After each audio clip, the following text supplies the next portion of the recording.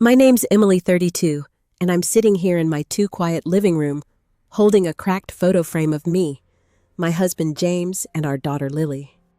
3 months ago, James moved to his mom's house to care for her, leaving us behind. I thought a surprise visit with Lily, our 7-year-old, would bring us closer. But when we got there, the front door was ajar, and my heart sank. What choice changed your life forever? Drop a like if you've felt that moment and subscribe to hear how this unfolds. Where are you watching from? The road stretched out under a gray sky, and I gripped the steering wheel a little tighter, glancing at Lily in the back seat through the rearview mirror. She was humming a tune, her small fingers tracing the edges of a handmade card she'd spent all morning decorating for James. Glitter sparkled on her cheeks, and her smile made my chest ache. I wanted this trip to be perfect, a moment to stitch our family back together. But the closer we got to my mother-in-law's house, the heavier my thoughts grew. 3 months. That's how long James had been gone. He'd packed a duffel bag, kissed Lily's forehead, and promised it was just for a while, just to help his mom through her recovery. At first I believed him. I'd call him after dinner, Lily chattering about school, and he'd laugh, his voice warm through the phone, but the calls got shorter. He'd say he was tired, that his mom needed him, that he'd be home soon. Soon stopped feeling real. "Mommy, why doesn't Daddy come home anymore?" Lily's voice broke through my thoughts, soft but piercing. She wasn't humming anymore, just looking out the window, her card resting on her lap. I swallowed hard, forcing a smile. "Daddy's helping Grandma Helen get better, sweetheart. You know how much she loves his cooking." I tried to keep my tone light, but Lily's eyes stayed fixed on the passing trees like she was searching for a better answer. The truth was, I didn't have one. I'd spent nights replaying our last real conversation, the one before he left. We'd argued about bills, about my long hours at the bookstore, about how we never seemed to have time for each other anymore. He'd looked at me with those tired eyes and said, "Emily, I'm doing this for Mom, but maybe it's good for us too. A little space." I'd nodded, thinking space would fix things. Now I wasn't so sure. The sign for Helen's Street came into view, and my heart gave a nervous thud. I turned down the familiar road, the one we'd driven so many times for Sunday dinners. But something felt off. The neighborhood was quiet, the houses neat and tidy, but Helen's place stood out. The lawn was overgrown weeds creeping up the flower beds. James always kept it pristine, mowing it like it was his personal mission. I slowed the car, my brow furrowing. "Mommy, we're here." Lily unbuckled her seatbelt, clutching her card, her excitement pulling me back. I parked in the driveway, my eyes scanning the house. The curtains were drawn, but a faint light glowed from the living room. I took a deep breath, trying to shake the unease.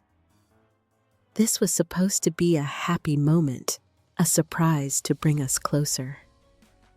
I grabbed Lily's backpack and stepped out, the gravel crunching under my boots. Lily bounded toward the porch, her sneakers slapping the steps. I followed, my hand brushing the railing, noticing the chipped paint. That wasn't like James either. He'd always been the one to fix things, to keep everything in order. I reached for the doorbell, but Lily stopped me, her small hand grabbing mine. "Mommy, wait," she whispered, her eyes wide. She pointed to the front door. It was slightly open, just a crack enough to see a sliver of the hallway inside. My pulse quickened. Helen's house was always locked tight, her years as a nurse making her cautious. I crouched beside Lily, my voice low. "What's wrong, sweetie?" She leaned closer, her breath warm against my ear. "Look, but do it quietly." I straightened, my heart hammering now. I nudged the door open a little more, peering inside. The hallway was dim, but something caught my eye. A coat hung on the rack, bright red with a silk scarf draped over it. It wasn't Helen's. Her coats were practical navy or gray. Nothing like this. My stomach twisted, a cold knot forming. Who was here? A nurse? A neighbor? I wanted to believe it was nothing, but the air felt wrong, heavy with a scent I didn't recognize. Lavender, maybe? It clung to everything unfamiliar and sharp. Lily tugged my sleeve, her card pressed against her chest. "Is Daddy inside?" she asked, her voice barely audible. I forced a nod, my throat tight. "Let's find out. Okay, stay close." I pushed the door open wider, stepping into the house, my eyes darting around. The lavender scent grew stronger, and that knot in my stomach tightened. Something wasn't right, and I couldn't shake the feeling that whatever I was about to find would change everything. I held Lily's hand as we stepped further into the house, the lavender scent wrapping around us like an uninvited guest. The hallway opened into the living room, where a single lamp cast soft shadows on the walls. My eyes scanned the space, searching for James, but the room was empty. A pair of women's shoes sat neatly by the couch, size 7, black leather with a slight scuff on the toe. They weren't Helen's. She wore orthopedic sneakers, always practical. My chest tightened, and I squeezed Lily's hand a little too hard. "Mommy, you're squishing me," Lily whispered, pulling her hand free. She clutched her glittery card, her eyes darting to the shoes, then back to me. I forced a smile, but it felt brittle, like it might crack any second. I wanted to tell her everything was fine, but the words stuck in my throat. Instead, I guided her toward the kitchen, hoping to find James or Helen, someone to explain the coat, the shoes, the open door. The kitchen was dim, the only light coming from a flickering bulb above the sink. Dishes were stacked in the drying rack, more than Helen would use alone. My gaze landed on the mantel across the room, where a row of framed photos usually held memories of family holidays. But one frame caught my eye, new and shiny, out of place among the faded ones. I moved closer, my boots silent on the worn carpet. Lily followed, her sneakers squeaking faintly. The photo showed James, his arm around a woman I didn't know. She had dark hair pulled into a loose bun, her smile wide and easy, like she belonged there. James was grinning, the kind of grin he used to save for me back when we'd sneak away for late-night drives, just the two of us. My breath caught, and I felt Lily's small hand brush my arm. "Who's that, Mommy?" she asked, her voice curious, but edged with something heavier, like she sensed the shift in me.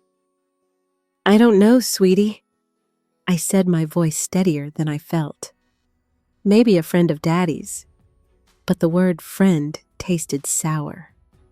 I wanted to grab the photo, demand answers, but Lily was watching, her card still pressed to her chest. I couldn't let her see me unravel. Not yet. A sharp knock at the back door made me jump. I turned to see Margaret, the neighbor from across the street, standing there, her gray hair tucked under a knit cap. She held a casserole dish, her smile faltering when she saw me. "Emily, I didn't know you were visiting," she said, her tone odd, almost cautious. Her dog, a scruffy terrier, yipped at her feet, its barks sharp in the quiet house. The noise grated on my nerves, amplifying the churn in my stomach. "Just a surprise for James," I said, trying to sound casual, but my voice was tight. "Is he around?" Margaret hesitated, her eyes flicking to the photo on the mantel, then back to me. "He's probably at the store. You know how he's been taking care of Helen." She paused, then added, "You staying long?" There was something in her voice, a hint of pity that made my skin crawl. Like she knew something I didn't.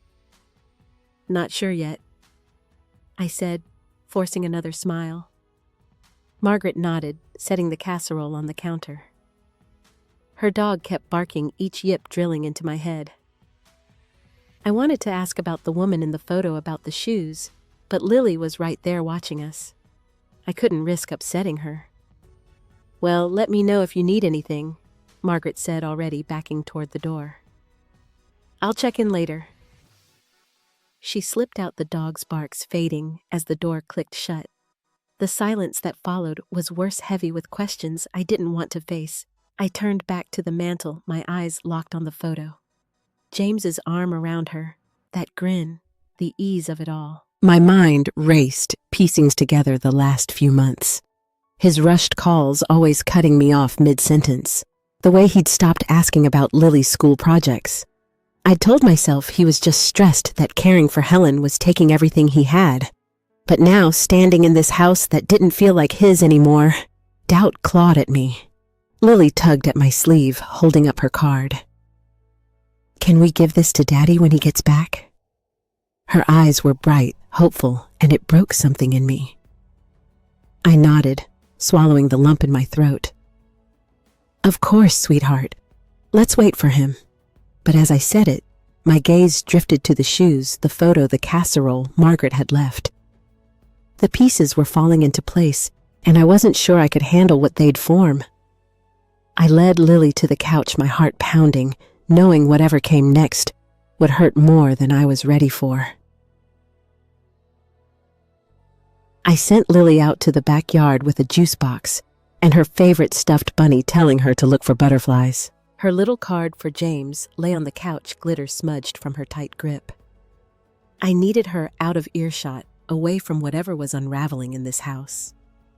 My hands shook as I stood in the living room, the photo of James and that woman burning a hole in my vision. The lavender scent still lingered, mocking me, and those black leather shoes by the couch seemed to scream someone else's presence. I moved to the hallway, my steps deliberate, like I was tiptoeing through a minefield. The guest room door was half open, and I pushed it wider, holding my breath. The bed was neatly made, but a suitcase sat in the corner, unzipped, spilling out clothes. Women's clothes. A navy blouse, a pair of jeans, a lacy scarf I'd never wear. My stomach churned and I pressed a hand to my mouth, trying to keep the nausea down. This wasn't a nurse's overnight bag. This was someone who'd settled in. I backed out, my mind racing.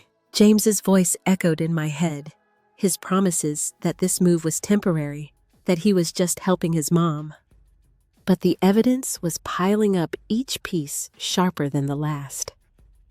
I wandered to the kitchen, needing something to do, something to keep my hands busy before I lost it.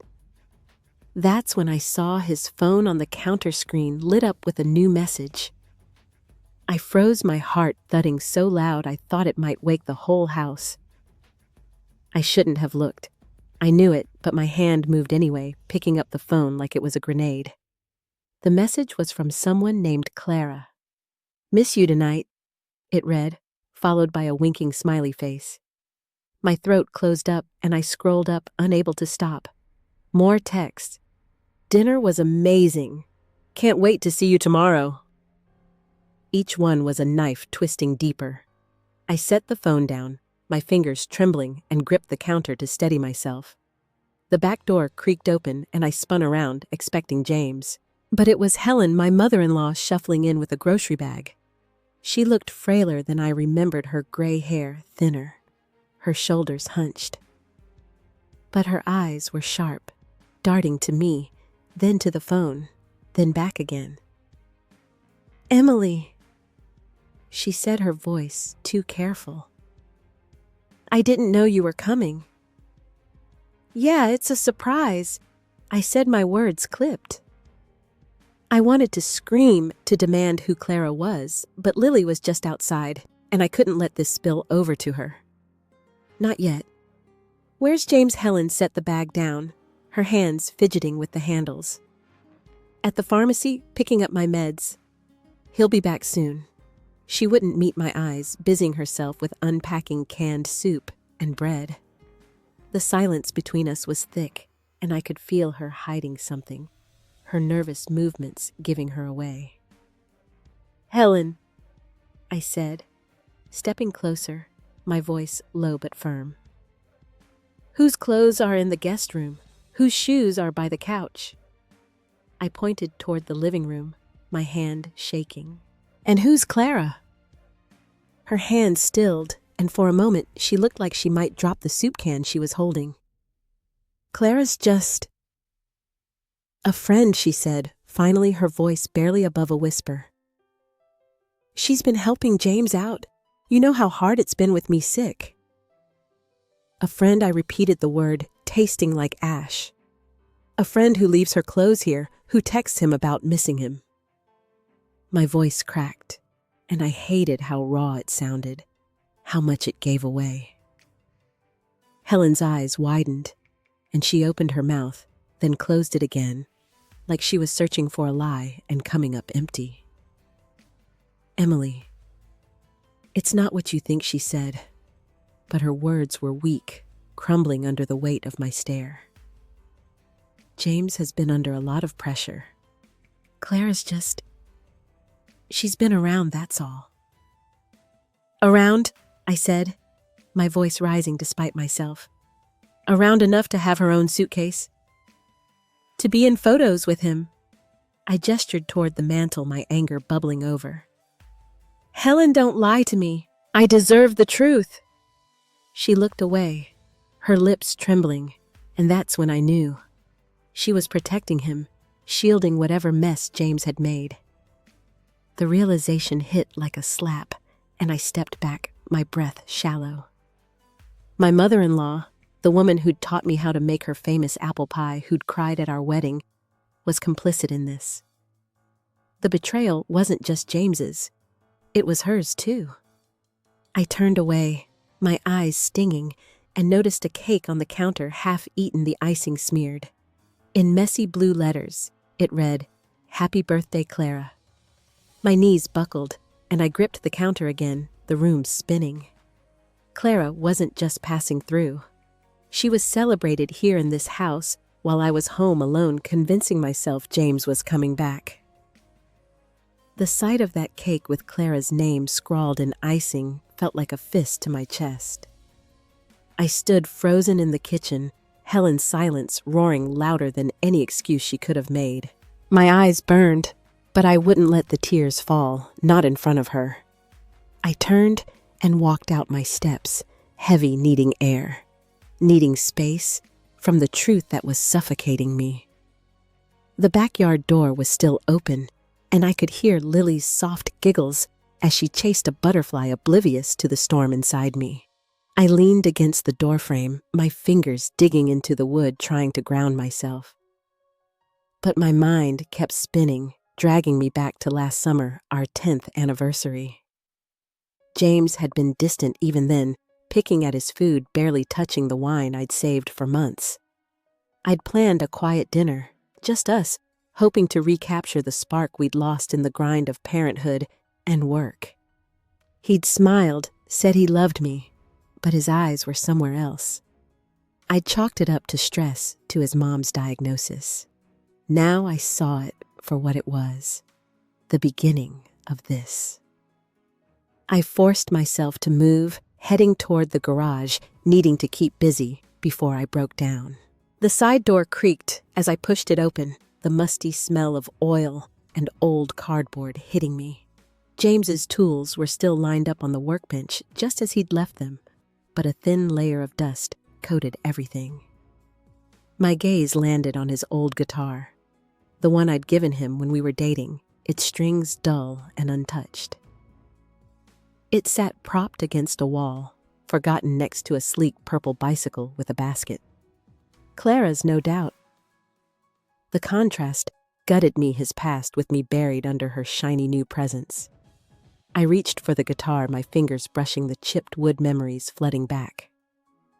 Late nights, in our first apartment, him strumming while I sang off key, both of us laughing until we couldn't breathe.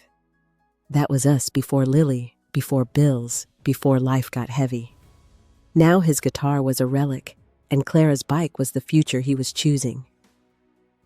My chest ached, a deep hollow pain that made it hard to breathe. Lily's voice snapped me back. "Mommy, come see," she called from the backyard. I wiped my face, realizing my cheeks were wet despite my efforts, and stepped outside. She was kneeling in the grass, pointing at a patch of daisies. "I saw Daddy's friend here last week," she said, her tone casual, like it was nothing. She was picking flowers with him. My heart stopped. Last week, I crouched beside her, my voice shaky. "What friend?" Sweetie Lily shrugged, plucking a daisy. "The lady with the pretty hair. Daddy said she's nice." She twirled the flower, unaware of the bomb she'd just dropped. Last week, when James had called me claiming he was too tired to talk long. Last week, when I'd been tucking Lily into bed alone, reading her the same story for the 100th time. He'd been here with her, picking flowers while I was invisible. The pain twisted deeper, sharp, and relentless. I stood my legs unsteady and guided Lily back inside, muttering something about needing water. But my mind was a blur, replaying every moment I'd trusted him. The late-night texts I'd ignored, thinking he was just busy. The weekends he'd canceled visits, saying Helen needed him. I'd been so stupid, so desperate to believe we were still a family. Back in the kitchen, I poured Lily a glass of water, my hands trembling so badly I nearly spilled it. Helen was still there, unpacking her groceries like nothing had happened, but her eyes followed me wary. I wanted to confront her again, to scream until she told me everything, but Lily was sipping her water, watching me with those big, trusting eyes. I couldn't fall apart, not now.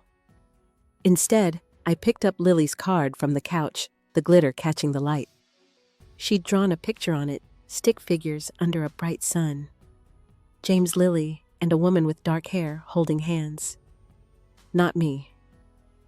My breath hitched, and I set the card down, my hands shaking. It wasn't just a suspicion anymore. Clara wasn't a helper or a friend. She was part of James's life, a life he'd built without me, and Lily had seen it all. The betrayal sank into my bones, heavy and cold, and I knew the worst was still coming. The kitchen felt smaller, the walls closing in as I stood there, Lily's drawing burning in my hands. Her innocent sketch of James with another woman was a blade slicing through every hope I'd clung to.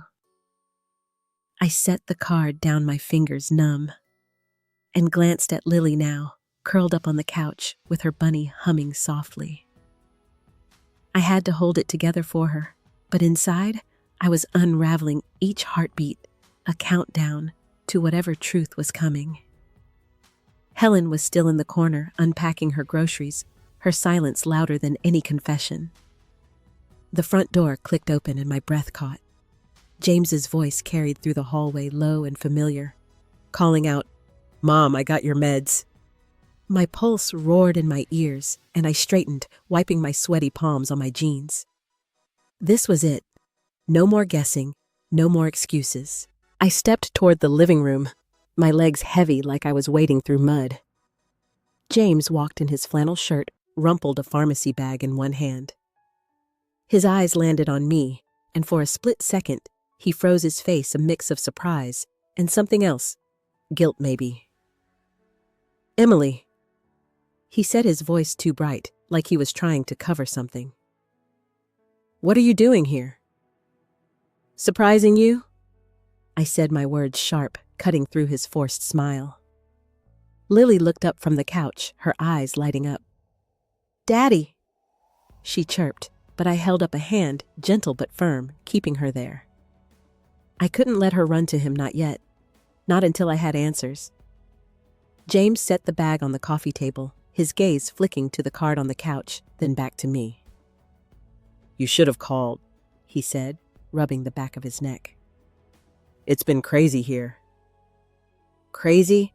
I repeated, my voice low, trembling with the anger I'd been swallowing all day. "Crazy enough for Clara to move in, for her clothes to be in the guest room, for her to be in photos with you?" I pointed to the mantel, my hand shaking, and his face paled. He opened his mouth, but I cut him off. "Don't lie to me, James. I saw the texts. I saw her name on a cake. Who is she?" He took a step back, his hands raised like he could push my words away. "Emily, it's not what you think. Claire's just helping with Mom. She's a caregiver, that's all." His voice was unsteady, and his eyes wouldn't meet mine, darting to the floor, the couch, anywhere but me. I'd known him long enough to see through the cracks in his story, and it made my stomach twist. A caregiver who texts you, she misses you.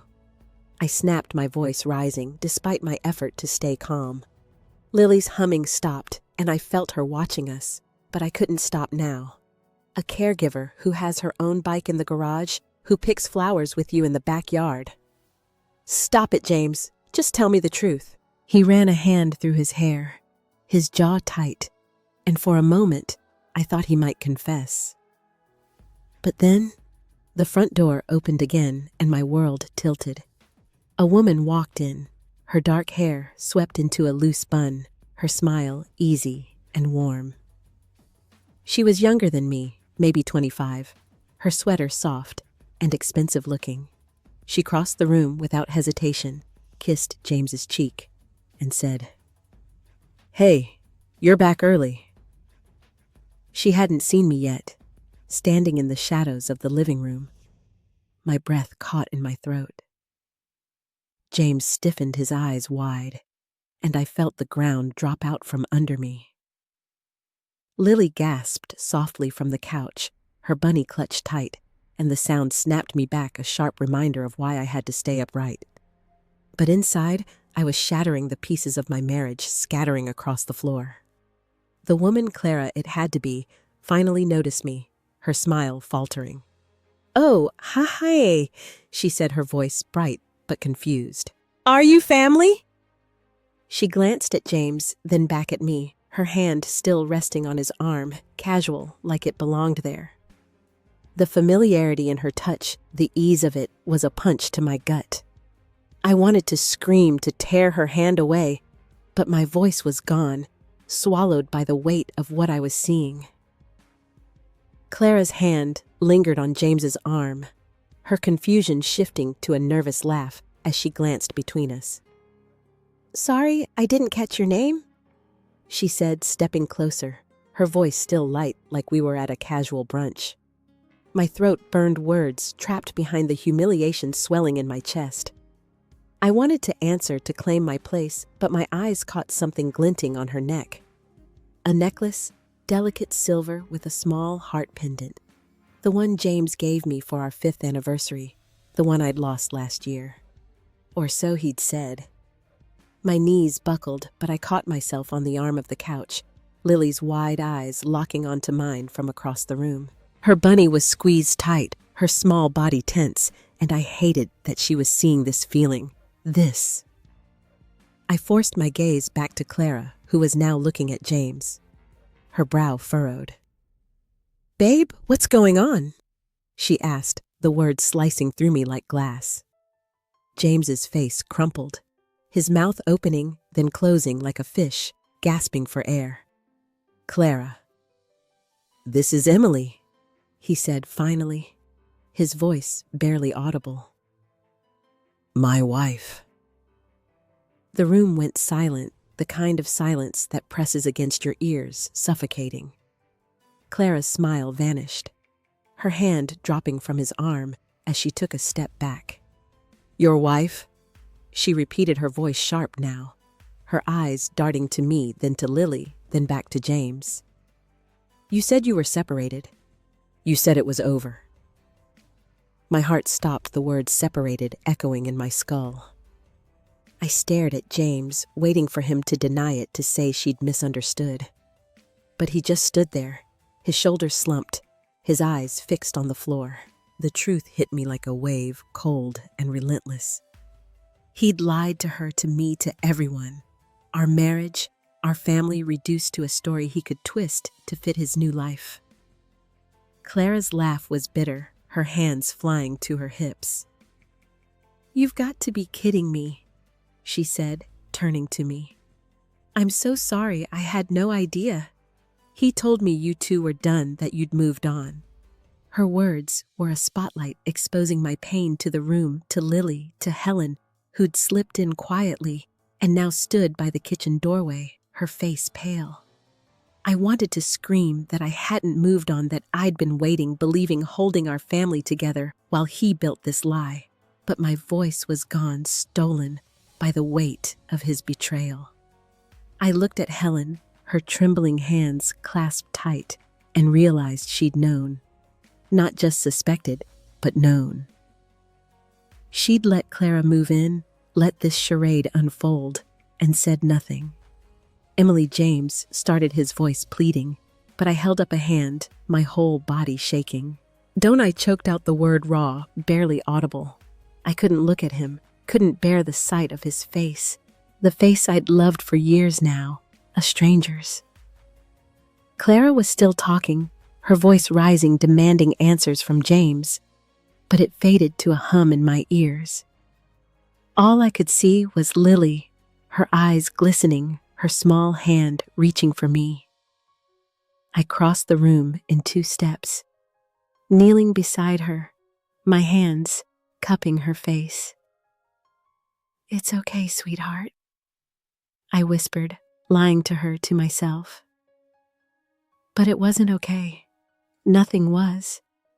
The necklace, Clara's touch, James's lies, they were a tidal wave drowning me, and I couldn't find the surface. I pulled Lily close, her warmth the only thing keeping me from collapsing. But inside, I was broken, my heart shattered in a house that no longer felt like home. Lily's small arms wrapped around me, her face buried in my shoulder, and I held her tight, my own tears soaking into her hair. The room was a blur. Clara's sharp questions, James's stammered excuses, Helen's quiet retreat to the kitchen. It was too much a storm I couldn't weather standing still. I pulled back, brushing Lily's cheek, and whispered, "Let's go, sweetheart."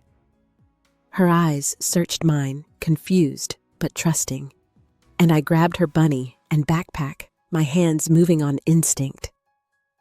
I couldn't stay in this house, not with Clara's necklace glinting, not with James's lies hanging in the air. I led Lily out the front door, ignoring James's weak call of my name. The night air was cool, sharp against my skin, and I buckled Lily into the car, my fingers fumbling with the straps. She clutched her bunny silent, and I hated that she'd seen this, that I'd brought her into this mess. I slid into the driver's seat, my chest so tight I could barely breathe, and drove to the nearest hotel, the lights of Helen's street fading in the rearview mirror. The hotel room was small, with thin walls and a faint smell of bleach, but it was ours for the night, a place to think. Lily fell asleep almost instantly, curled up on the double bed, her bunny tucked under her chin. I sat on the edge, watching her chest rise and fall, my mind a tangle of rage and grief. James's voice echoed separated he'd told Clara. The word cut deeper every time I thought of it. I'd been waiting, keeping our home warm, while he rewrote our story to fit someone else. I pulled out my phone, my thumb hovering over James's number, wanting to scream to demand why. But I stopped. Screaming wouldn't fix this. It wouldn't undo the necklace, the lies, the way Lily's drawing had carved out my heart. I needed to do something real, something for me and Lily, not just react to his betrayal. I scrolled to my sister Rachel's number instead, my hands shaking as I dialed. Emily Rachel's voice was groggy but sharp, picking up on the second ring. "It's late. You okay?" "No," I said, my voice breaking.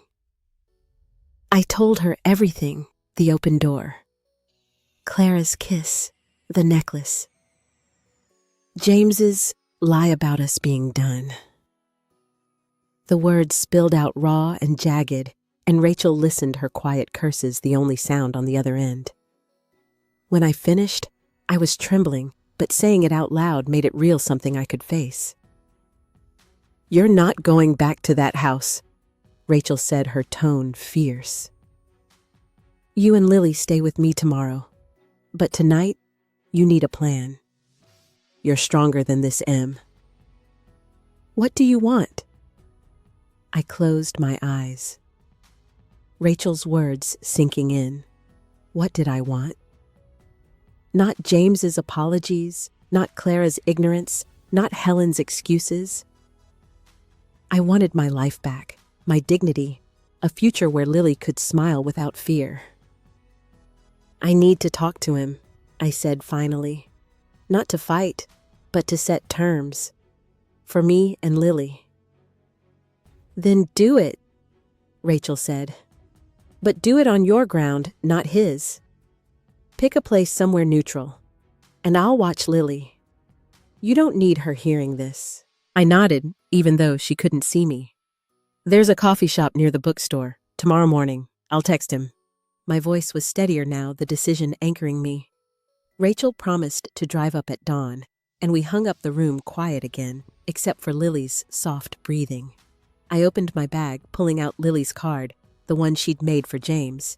It was creased, the edges torn, but she'd taped it back together, her small act of care. I traced the glittery heart she'd drawn, and something shifted inside me. I wasn't just a wife betrayed, a fool who'd trusted too long. I was Lily's mom, and I'd fought through worse, losing my dad, scraping by in our early years, rebuilding after layoffs. I could do this too. I typed a text to James, my fingers firm. Meet me at Brood Awakening, 9 a.m. We need to talk. I hit send, my heart racing, but not with fear anymore. It was resolve, a spark of strength I hadn't felt in months, growing brighter with every breath. The coffee shop smelled of roasted beans and cinnamon, a familiar comfort from my bookstore shifts across the street. I sat at a corner table, my hands wrapped around a mug of black coffee, the steam curling up like a faint shield. The morning light slanted through the windows, catching dust motes in the air, and I watched them drift, my mind steady but raw. James would be here any minute, and for the first time in months, I wasn't afraid of what he'd say. I was ready to say my piece. I dropped Lily off with Rachel at dawn, her sleepy hug lingering in my arms as I drove away. Rachel's fierce pep talk had stuck with me. You're not begging, Em. You're deciding. She was right. This wasn't about salvaging a marriage that might not exist anymore. It was about me, Lily, and the life we deserved, whether James was in it or not. I sipped my coffee, the bitterness grounding me, and checked my phone. His text had been short, I'll be there. The bell above the door jingled, and James walked in, his flannel swapped for a plain gray sweater, his face drawn. He spotted me and hesitated like he was stepping into a courtroom. I didn't stand, didn't smile, just nodded to the chair across from me. He sat, his hands clasped tight, and for a moment, we just looked at each other, the weight of yesterday hanging between us. Emily, I'm sorry. He started, his voice low, rehearsed. I messed up. I didn't mean for any of this to happen. I held up a hand, my heart steady despite the ache his words stirred. Don't, I said, my tone even but firm. I don't want apologies. I want the truth. Who is Clara and what's going on? No more lies. James, you owe me that. He flinched, his eyes dropping to the table, tracing the grain of the wood. She's a co-worker, he said, finally, his voice barely above a whisper. We got close while I was helping Mom. It wasn't planned. I felt lost, and she was there. He looked up, his eyes pleading, but I didn't soften. I'd spent too many nights excusing his distance, and I was done. Lost. I repeated, my voice sharp but controlled. You felt lost, so you told her we were separated.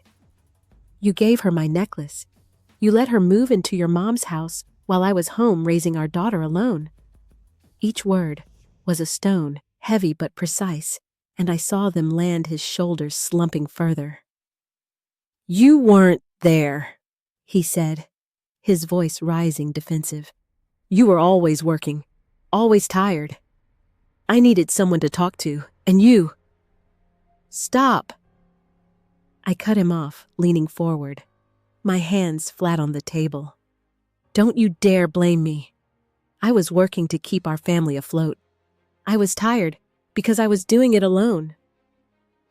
You don't get to rewrite this to make yourself the victim. My voice shook, but I held his gaze, my anger tempered by a clarity I hadn't felt in years. He looked away, his jaw tight, and I leaned back, taking a slow breath. The coffee shop hummed around us, the clink of cups and soft chatter, a strange backdrop to our unraveling. I thought of Lily, her taped-together card, her trust in me to make this right. I thought of the years I'd poured into us, the compromises, the quiet nights I'd chosen him over myself. No more. Here's what's going to happen. I said, my voice calm now, each word deliberate. You decide, James, Clara or us. If you choose her, I'm taking Lily and we're done. I'll see a lawyer and we'll figure out what's next. If you choose us, you end it with her today and we start therapy. But I'm not promising anything. Either way, I'm not waiting anymore. I'm not your backup plan. His eyes widened, and for the first time I saw fear in them, like he hadn't expected me to draw a line. Emily. I don't want to lose you, he said, his voice cracking. I'll do whatever you want. I don't care what you want. I said, my words cutting through his. This isn't about you anymore. It's about Lily and me. You have until tomorrow to decide, and I need proof. No more words. I'm done with those. I stood my chair, scraping softly, and grabbed my purse. My coffee was cold, untouched, except for that first sip. As I turned to leave, a barista, a young woman with braided hair, caught my eye. She'd been wiping down the counter nearby, close enough to overhear. She slipped a napkin across the table, her handwriting small but clear. You're stronger than you know. I met her gaze and she gave a small nod, a stranger's quiet solidarity. I folded the napkin into my pocket, my heart swelling with something new. Not hope, not yet, but a spark of my own power. I walked out the bell, jingling behind me, and stood on the sidewalk, the morning air cool against my face. My hands were steady, my breath even, and as I looked across the street to the bookstore, where I'd spent years building a life, I felt it, a quiet strength rooted deep, ready to carry me forward no matter what came next. I drove back to the hotel, the barista's napkin tucked in my pocket, its words echoing in my head. The streets were quiet, the town waking slowly under a pale morning sky, and I felt a strange calm like the air before a storm. My ultimatum to James wasn't just words, it was a line I'd drawn when I couldn't cross back over. I'd meant every syllable, but now, waiting for his choice, my resolve felt fragile, like a thin sheet of ice over deep water. Lily was still with Rachel, safe and giggling over pancakes when I called to check in. Rachel's voice was firm, promising to keep her busy, but she asked, "What if he picks Clara M? You ready for that?" I wasn't, not really, but I told her I'd handle it. I had to. For Lily, for the woman I was trying to become. I hung up, staring at the hotel's faded wallpaper, and decided I needed more than coffee shop courage. I needed a plan. By noon, I was sitting in a law office downtown, the kind with creaky floors and too many plants. Sarah, the lawyer Rachel recommended, had a no-nonsense air, her glasses perched low as she jotted notes. I laid it all out. James's affair, Clara's necklace, the lies about us being separated. My voice stayed steady, but my hands twisted a tissue into knots under the table. Sarah listened, nodding her pen, scratching softly, and when I finished, she leaned back, her eyes kind, but sharp. "You've got options," she said, sliding a legal pad toward me. "If he chooses Clara, we can file for separation, protect your assets, and set up custody for Lily. If he wants to reconcile, you can still lay groundwork, mediation therapy, a postnup to safeguard you. Either way, you're not powerless." She outlined child support alimony timelines, her words a lifeline in the chaos. I nodded, scribbling notes, the weight of her advice settling in. I wasn't just reacting anymore. I was building something, even if it was just a safety net. Sarah paused, setting her pen down. I went through this 10 years ago, she said, her voice softer. My ex swore he'd change, but I learned fast. Trust actions, not promises. You're doing the right thing starting now. Her story, brief but raw, hit me hard. She'd rebuilt, found her footing, and her quiet confidence mirrored the spark I'd felt leaving the coffee shop. I thanked her, clutching the folder of papers she gave me, and left with a clarity I hadn't expected. I could survive this, whatever James chose. Back at the hotel, I spread the papers on the desk, reading terms like marital property and primary custody until my eyes blurred. Lily's laughter from Rachel's earlier call kept me grounded, a reminder of why this mattered. I was folding the papers away when my phone buzzed a text from James. I'm sorry. I want to try therapy. Clara's moving out. Can we talk? My heart lurched, a mix of relief and suspicion. Therapy was a step, but Clara still living there stung, a reminder of his betrayal's depth. I didn't reply, not yet. I needed to think, to weigh his words against Sarah's warning. Instead, I called Lily, needing her voice. She answered mid-giggle, telling me about a feel-better jar she'd started with Rachel dropping a coin in every time something made her smile. I put one in for you, Mommy, she said, her voice bright. Because you're brave. My throat tightened, and I told her I loved her, promising to see her soon. Hanging up, I stood by the hotel window, the town's rooftops stretching out below. James's text glowed on my phone, a fragile thread to a future I wasn't sure I wanted. Sarah's folder lay on the desk, a concrete alternative, and Lily's jar echoed in my mind, a small act of hope. I was caught between them, my heart heavy with possibility and doubt, the choice ahead looming larger than I could bear. I stared at James's text, the words blurring on my phone screen, each one a fragile promise I didn't trust. Therapy. Clara moving out. It should have felt like a victory, but it didn't. It felt like a bandage on a wound too deep to close. I set the phone down and paced the hotel room, the carpet muffling my steps. Lily's feel-better jar was miles away with Rachel, but I could almost hear the clink of her coins, her small faith in me. I needed to match that faith to keep moving forward, even if my heart was still caught in yesterday's wreckage. I agreed to meet James for our first therapy session, texting him the time and place, a small office near the town square recommended by Sarah. The next morning, I dropped Lily at Rachel's, her jar now half full of coins, her smile a quiet anchor. Rachel hugged me tight, whispering, "You've got this." And I nodded, clinging to her certainty. But as I drove to the therapist's office, my hands gripped the wheel. My stomach knotted with dread. The waiting room was sterile, with stiff chairs and a coffee table stacked with outdated magazines. James was already there, sitting with his elbows on his knees, staring at the floor. He looked up when I walked in, his eyes, tired, rimmed with red, like he hadn't slept. I sat across from him, leaving an empty chair between us, my purse clutched in my lap. Neither of us spoke, the silence, thick, broken only by the hum of an air vent. Dr. Ellis, the therapist, called us in her voice, calm but direct. She was older, with silver hair, and a notepad that stayed blank for now. We sat on opposite ends of a beige couch, the space between us a chasm. She asked why we were there, and I let James go first, my jaw tight, waiting for his version of the truth. "I screwed up," he said, his voice low, cracking on the edges. "I got too close to someone else, and I hurt Emily. I want to fix it, to be a family again." He glanced at me, his eyes pleading, but I looked away, my fingers digging into my purse strap.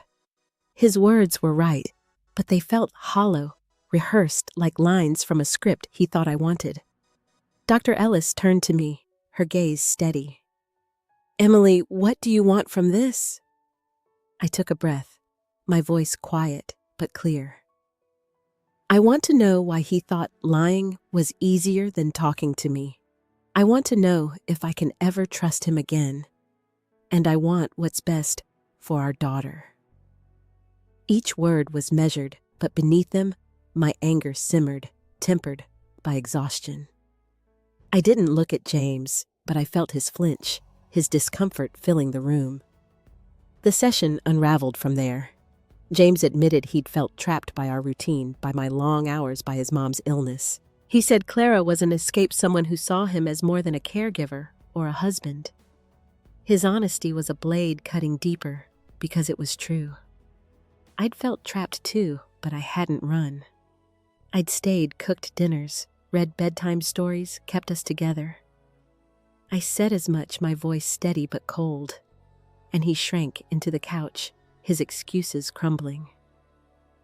Dr. Ellis probed deeper, asking James what he'd do to rebuild trust.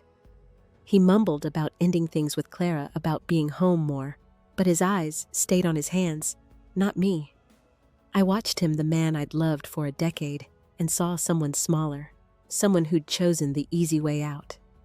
My heart ached, not for love lost, but for the version of us I'd believed in, now gone.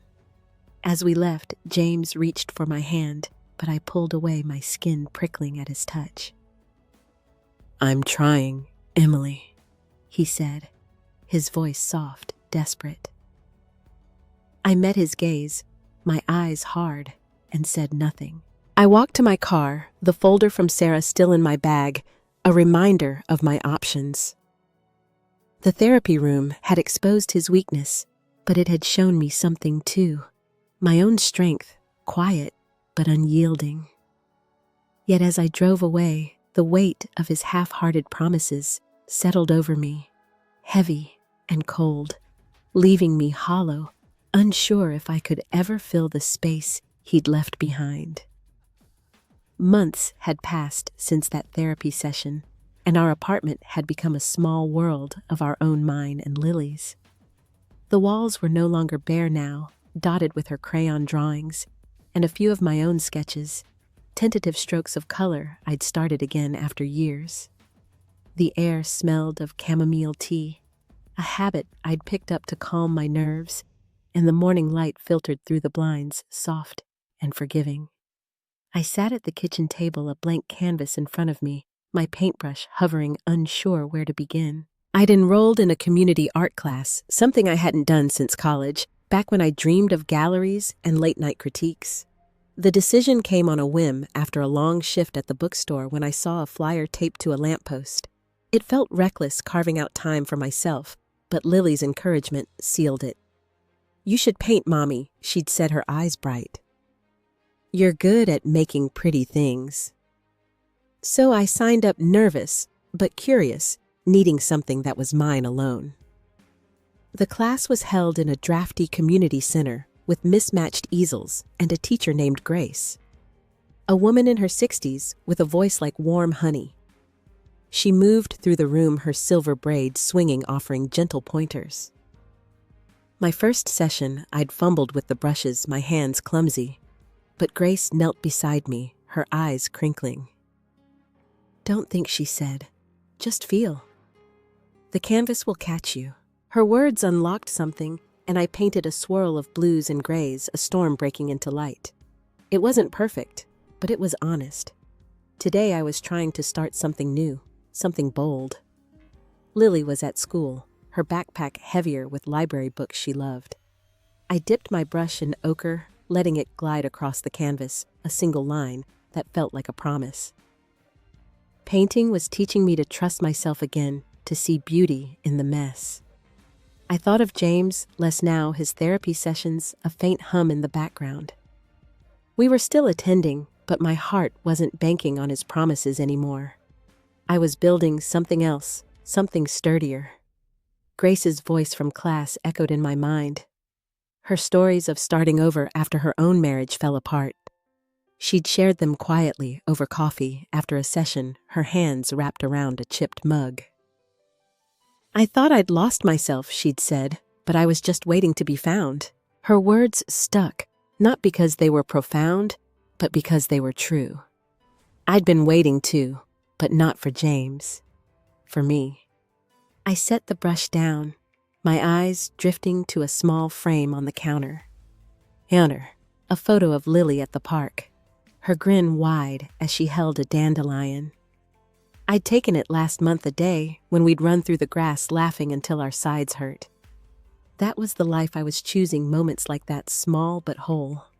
The canvas in front of me was taking shape, a tree with roots deep and branches cracked, but blooming, a quiet reflection of where I was. The kettle whistled, pulling me back, and I poured another cup of tea, the steam curling up. I sipped it slowly, the warmth spreading through me, and felt a stillness I hadn't known in years. It wasn't peace, not fully, but it was close, a moment where I could breathe, where the weight of James's choices didn't crush me. I was learning to carry my own story, and as I looked at the canvas, I knew I was ready to paint the next stroke, whatever it held. The afternoon sun dipped low, casting golden streaks across the park. Where I sat on a worn blanket, Lily's laughter ringing out as she chased a soccer ball. Rachel was sprawled beside me, her sunglasses perched on her head, a half-eaten apple in her hand. We'd planned this picnic on a whim, a break from the rhythm of school runs and art classes, a chance to just be. The air smelled of cut grass and distant barbecue, and for the first time in months, I felt my shoulders loosen, the tension unraveling like a slow exhale. Lily kicked the ball toward a group of kids, her ponytail bouncing, and I watched her, marveling at her resilience. She'd asked about James less lately, her questions softer, more curious than desperate. I'd been honest, telling her Daddy was working on himself, that we were figuring things out. She'd nodded, accepting it in her quiet way, and started adding coins to her jar for new things, a stray cat she'd named a perfect spelling test. Her strength was teaching me, guiding me to let go of what I couldn't control. Rachel nudged my arm, offering a slice of apple. "You look different," she said, her voice casual but searching. "Lighter, maybe." "What's changed?" I took the apple, biting into its crisp sweetness, and thought about it. "I stopped waiting," I said, finally, my words soft but sure. "For James to fix things, for the old us to come back. I'm just living now, for me and Lily." It wasn't a grand revelation, just a truth I'd grown into, like a tree finding its shape after a storm. Rachel nodded, her eyes warm. "That's my sister," she said, and we fell quiet, watching Lily dart across the grass. The park was alive with small moments, dogs barking, a toddler wobbling after a butterfly, an old couple sharing a bench. I felt part of it, woven into the ordinary beauty of a Saturday afternoon, no longer standing on the outside. James had texted earlier, asking to join us, saying he'd brought a small gift for Lily. I'd hesitated, but agreed, setting boundaries, short visit, no promises. He arrived as the sun began to set, his hands in his pockets, a wrapped package under his arm. Lily ran to him, hugging his legs, and he knelt, handing her the gift, a sketchbook, its cover bright with stars. "For your drawings," he said, his voice gentle, and she beamed, already flipping through the pages. I watched from the blanket, my heart steady, no longer racing at the sight of him. He looked at me, his expression softer than before, almost hopeful, but I didn't return it. Not out of anger, but because I didn't need to. My happiness wasn't tied to his anymore. He joined us for a moment, sitting on the grass, answering Lily's chatter about school. I stayed quiet, letting them have their time, my eyes on the horizon, where the sky bled orange. A vendor pushing a cart paused nearby, selling balloons, and Lily begged for one. The man, his face lined with years, handed her a red one, waving off my offer to pay. "For strong girls," he said, his accent thick, his smile kind. Lily clutched the string, the balloon bobbing above her, and I thanked him, my voice catching. The gesture, small and unasked for, felt like a nod from the world, a reminder that we were seen. As James left, promising to call Lily tomorrow, I packed up the blanket, my movements slow, deliberate. The balloon string had tangled in Lily's fingers, but she worked it free, her focus fierce. And I smiled, seeing myself in her quiet determination. We walked to the car, her hand in mine, the balloon trailing behind us. The park grew still, the day folding into dusk, and I felt a calm settle deep in my bones, a knowing that I was enough, that we were enough, just as we were. A year had slipped by quiet and steady, like the turning of pages in a book I was finally learning to read. My apartment was no longer just a place to sleep. It was home alive with the hum of our days. The kitchen counter held a clay pot Lily had made at school, lopsided but proud, filled with basil I'd managed not to kill. My paintings lined the walls, bursts of color that caught the morning light, each one a step toward the woman I was becoming. I stood by the window, a mug of coffee warming my hands, and looked out at the street below where kids rode bikes in lazy circles. I'd finalized the separation last month, papers signed in a lawyer's office that smelled of ink and old wood. James and I agreed to co-parent a delicate balance of schedules and school pickups. He'd moved into a small place across town. Clara long gone, their relationship a brief flame that burned out under the weight of his choices. I didn't ask for details, didn't need them. My focus was Lily, her laughter, her questions, the way she'd started writing stories in her starry sketchbook, tales of brave girls and talking trees. Mornings like this were my favorite. The world still soft before the rush of the day. I'd wake early before Lily and sit with my coffee, letting my thoughts wander. I'd stopped replaying the past, the open door, the necklace, the sting of James's lies. Instead, I thought of now, the way Lily's hand felt in mine, the satisfaction of a finished painting, the quiet pride of paying bills with my bookstore wages. Life wasn't perfect, but it was mine, built from the ground up, brick by careful brick. I'd started running too, a habit I never thought I'd take to. 3 times a week, I'd lace up my sneakers and jog through the park, the rhythm of my steps matching my breath.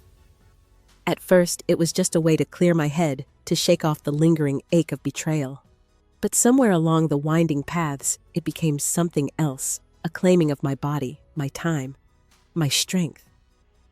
I'd pass the same oak tree, each run its branches wide and steady, and I'd nod to it, a silent pact between us. Keep growing, it seemed to say, and I was. Lily stirred in her room, her footsteps pattering as she shuffled to the kitchen, rubbing sleep from her eyes. "Morning, Mommy," she mumbled, climbing onto a stool. I poured her a glass of orange juice, my heart swelling at her messy hair, her yawn. She was 8 now, taller, her questions sharper, but her trust in me unwavering. I'd learned to answer her honestly, to say, "I don't know, but we'll figure it out," and mean it. She taught me that courage wasn't loud. It was showing up every day for the people who mattered. I set my mug down, glancing at a small notebook on the counter where I'd started jotting ideas, not for paintings, but for a children's book inspired by Lily's stories. It was a dream, small and unformed, but it felt possible, like a seed planted in good soil. I wasn't rushing, it wasn't forcing it to bloom. I was learning to let things grow at their own pace, to trust the process, to trust myself. The clock ticked toward school time, and I helped Lily pack her bag, her chatter filling the room. As she zipped her backpack, I caught my reflection in the window. Older maybe, but stronger, my eyes clear, my shoulders squared. The woman I'd been a year ago, broken by a half-open door, was gone. In her place was someone new, someone who'd chosen herself, not out of anger, but out of love. I took a slow breath, the coffee's warmth lingering, and felt the past settle soft and distant, like dust on a shelf I no longer needed to clean. Lily skipped ahead to the car, her backpack bouncing, and I followed, locking the apartment door behind us. The air was crisp, carrying the faint scent of fallen leaves, and I paused on the steps, my eyes catching the glow of a street lamp flickering to life. It was a small thing, but it stopped me a reminder of how light finds its way even in the quiet dusk. I'd been finding my own light too piece by piece in the ordinary moments that now filled our days. That evening, Rachel came over, her arms full of takeout bags, insisting we celebrate. Celebrate what I'd asked, laughing, but she just grinned, setting out plates. You, she said simply. The you who didn't give up. We ate in the living room, Lily cross-legged on the floor, telling us about a new friend at school.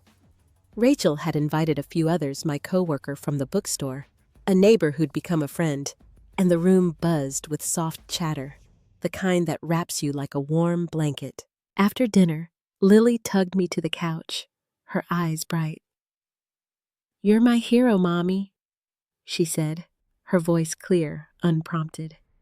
She hugged me, her small arms fierce, and I felt my throat tighten, tears pricking my eyes.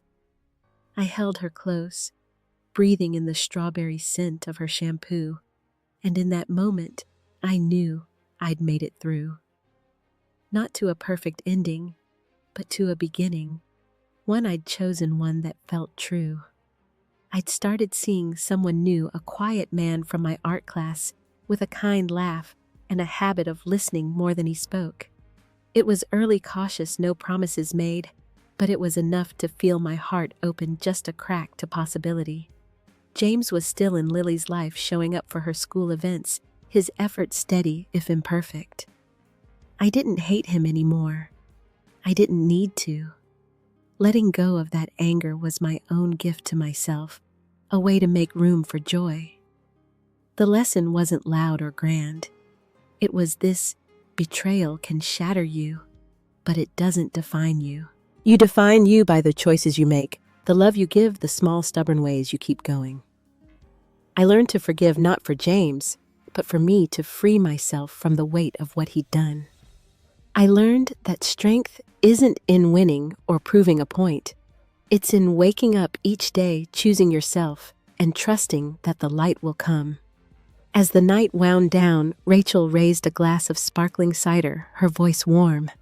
To Emily, she said, who built a home from ashes. Everyone smiled, and I felt it, a quiet pride, not in surviving, but in thriving and making a life that was mine. Lily climbed into my lap, her sketchbook open to a new story, and I kissed her forehead, my heart full. What's a moment you chose yourself when you found your own light? Share it in the comments. I'd love to hear your story. If this journey resonated, please give it a like, subscribe to join us for more, and share it with someone who might need it. Thank you for listening, for being here. Here's to finding your strength, one step at a time.